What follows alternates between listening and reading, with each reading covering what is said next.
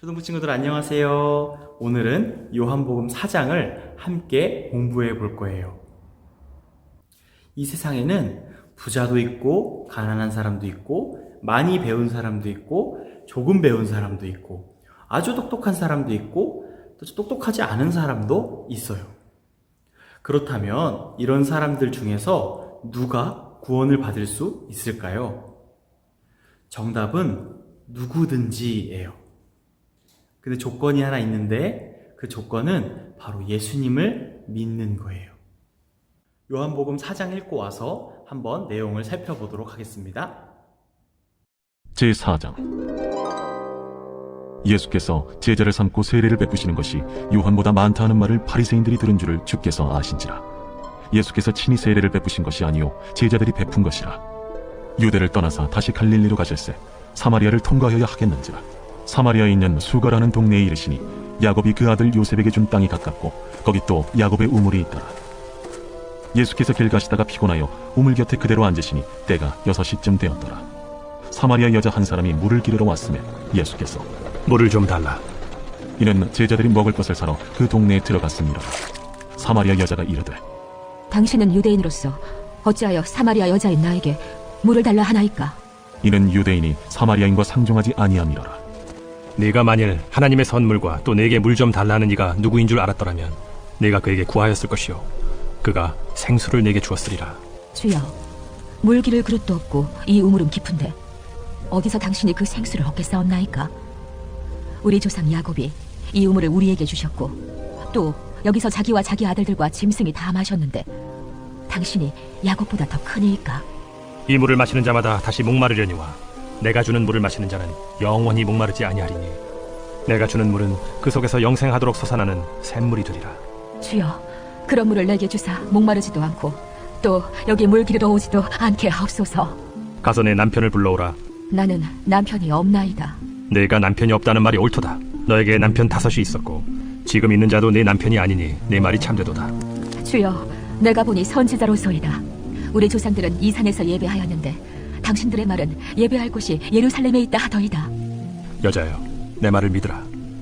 이 산에서도 말고 예루살렘에서도 말고 너희가 아버지께 예배할 때가 이르리라. 너희는 알지 못하는 것을 예배하고 우리는 아는 것을 예배하노니 이는 구원이 유대인에게서 남이라.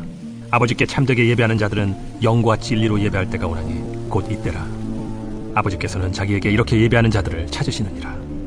하나님은 영이시니 예배하는 자가 영과 진리로 예배할지니라. 메시아, 곧 그리스도라 하는 이가 오실 줄을 내가 아노니 그가 오시면 모든 것을 우리에게 알려주시리이다. 네게 말하는 내가 그라. 이때에 제자들이 돌아와서 예수께서 여자와 말씀하시는 것을 이상히 여겼으나 무엇을 구하시나이까? 어찌하여 그와 말씀하시나이까? 묻는 자가 없더라. 여자가 물동이를 버려두고 동네로 들어가서 사람들에게 이르되 내가 행한 모든 일을 내게 말한 사람을 와서 보라. 이는 그리스도가 아니냐? 하니 그들이 동네에서 나와 예수께로 오더라. 그 사이에 제자들이 청하여 이르되 라비여, 잡수소서. 내게는 너희가 알지 못하는 먹을 양식이 있느니라. 제자들이 서로 말하되 누가 잡수실 것을 갖다 드렸는가? 나의 양식은 나를 보내신 이의 뜻을 행하며 그의 일을 온전히 이루는 이것이니라. 너희는 넉 달이 지나야 추수할 때가 이르겠다 하지 아니하느냐? 그러나 나는 너희에게 이르노니 너희 눈을 들어 밭을 보라. 희어져 추수하게 되었도다. 거두는 자가 이미 삭도 받고 영생에 이르는 열매를 모으나니 이는 뿌리는 자와 거두는 자가 함께 즐거워하게 하려 함이라.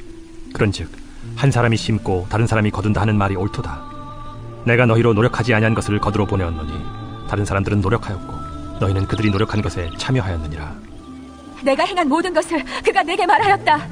증언함으로 그 동네 중에 많은 사마리아인이 예수를 믿는지라. 사마리아인들이 예수께 와서 자기들과 함께 유하시기를 청하니 거기서 이틀을 유하시매 예수의 말씀으로 말미암아 믿는 자가 더욱 많아 그 여자에게 말하되 이제 우리가 믿는 것은 내 말로 인함이 아니니 이는 우리가 친히 듣고 그가 참으로 세상의 구주신 줄 암이라. 이틀이 지나매 예수께서 거기를 떠나 갈릴리로 가시며 친히 증언하시기를 선지자가 고향에서는 높임을 받지 못한다 하시고 갈릴리에 이르시매 갈릴리인들이 그를 영접하니 이는 자기들도 명절에 갔다가 예수께서 명절 중 예루살렘에서 하신 모든 일을 보았습니다. 예수께서 다시 갈릴리 가나에 이르시니 전에 물로 포도주를 만드신 곳이라. 왕의 신하가 있어 그의 아들이 가버나움에서 병들었더니 그가 예수께서 유대로부터 갈릴리로 오셨다는 것을 듣고 가서 청하되 내려오셔서 내 아들의 병을 고쳐주소서. 하니 그가 거의 죽게 되었습니다. 너희는 표적과 기사를 보지 못하면 도무지 믿지 아니하리라. 주여, 내 아이가 죽기 전에 내려오소서. 가라, 내 아들이 살아있다. 그 사람이 예수께서 하신 말씀을 믿고 가더니 내려가는 길에서 그 종들이 오다가 만나서 아이가 살았다. 하거늘 그 낳기 시작한 때를 물은즉 어제 7시에 열기가 떨어졌나이다. 그의 아버지가 예수께서 내 아들이 살아있다 말씀하신 그때인 줄 알고 자기와 그 온 집안이 다 믿으니라. 이것은 예수께서 유대에서 갈릴리로 오신 후에 행하신 두 번째 표적이니라. 자, 성경 다 읽고 오셨죠? 요한복음 4장에는 어떤 내용들이 있었나요? 먼저 사마리아에 가셔서 한 여자를 만나신 예수님의 이야기가 담겨져 있었고, 그 다음에는 왕의 신하의 아들을 고치신 예수님의 이야기가 담겨져 있었어요. 오늘은 그 중에서 사마리아 여인에 대한 이야기를 해보려고 해요. 이스라엘에는 참 슬픈 역사가 하나 있었어요. BC 722년에 아수르라는 거대한 제국이 이스라엘을 공격했고, 이스라엘의 한 지역인 사마리아라는 땅을 이 아수르가 점령하게 되었어요. 사마리아를 점령한 아수르는 이 사마리아 지역을 완벽하게 다스리기 위해서 이 사마리아에 살고 있는 부자들을 다 다른 곳으로 이주시켰어요. 부자들은 배운 게 많고 가진 것이 많기 때문에 다스리기가 어렵다고 판단했던 거예요. 그래서 사마리아에는 가난하고 못 배우고 어려운 처지에 있는 사람들만 남게 되었어요. 그렇게 시간이 흐르고 가진 것이 많던 이스라엘 사람들이 이 사마리아 지역에 있던 사람들을 미워하기 시작했어요. 이스라엘 백성으로서의 정체성을 지키지 못했기 때문이었어요.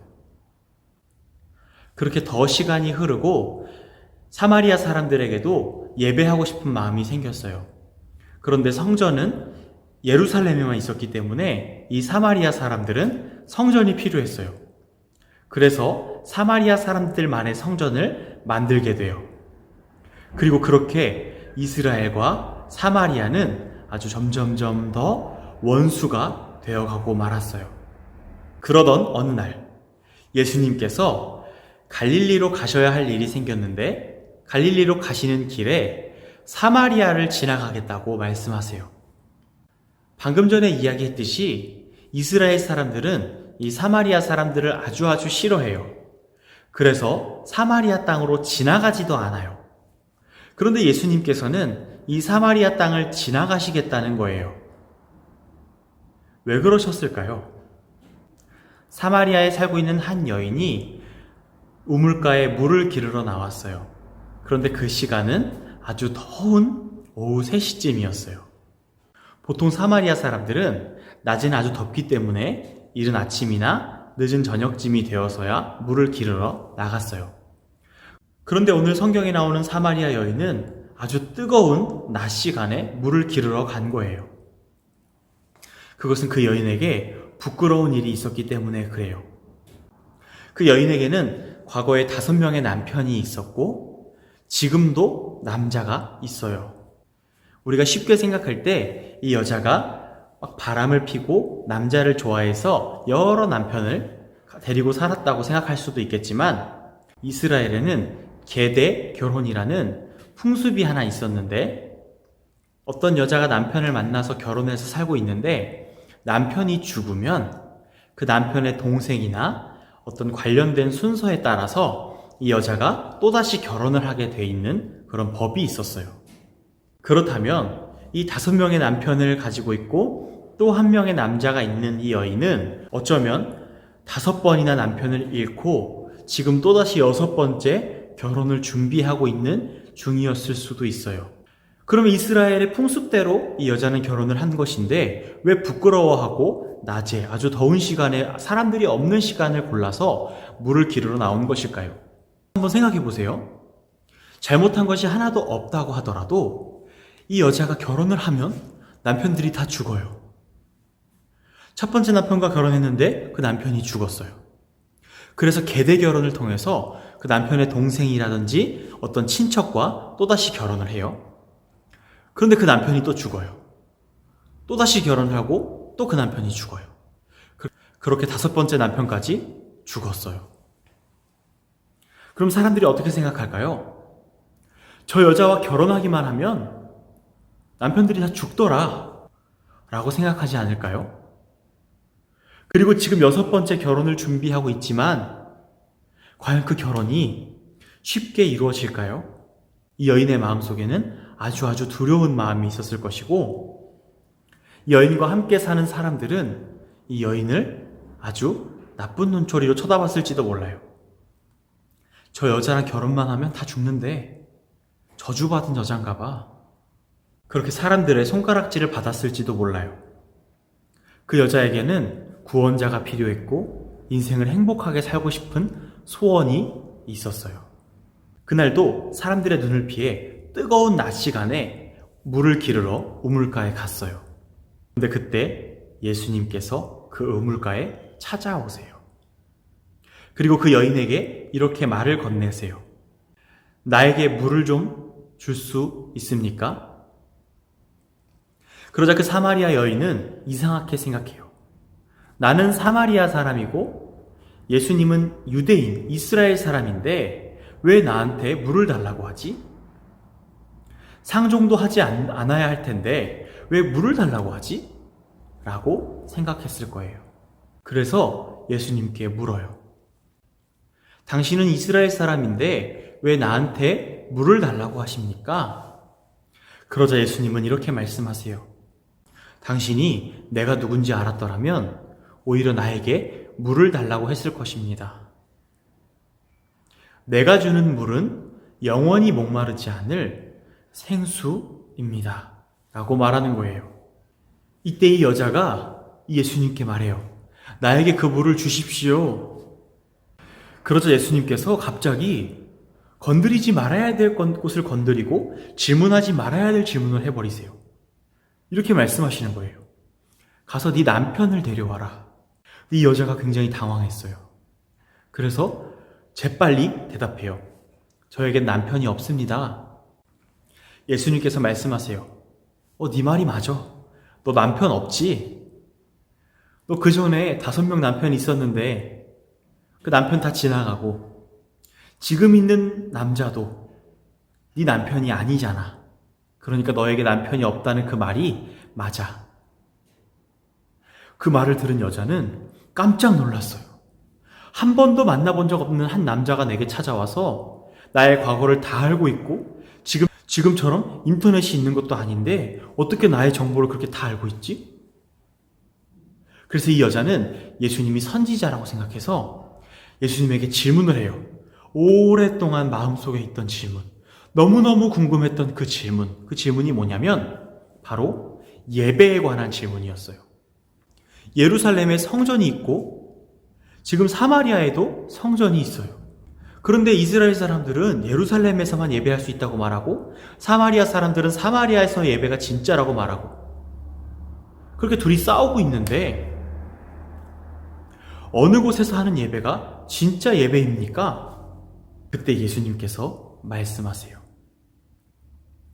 예루살렘에서도 아니고 사마리아에서도 아니고 예배하는 자들이 영과 진리로 예배하는 때가 온다.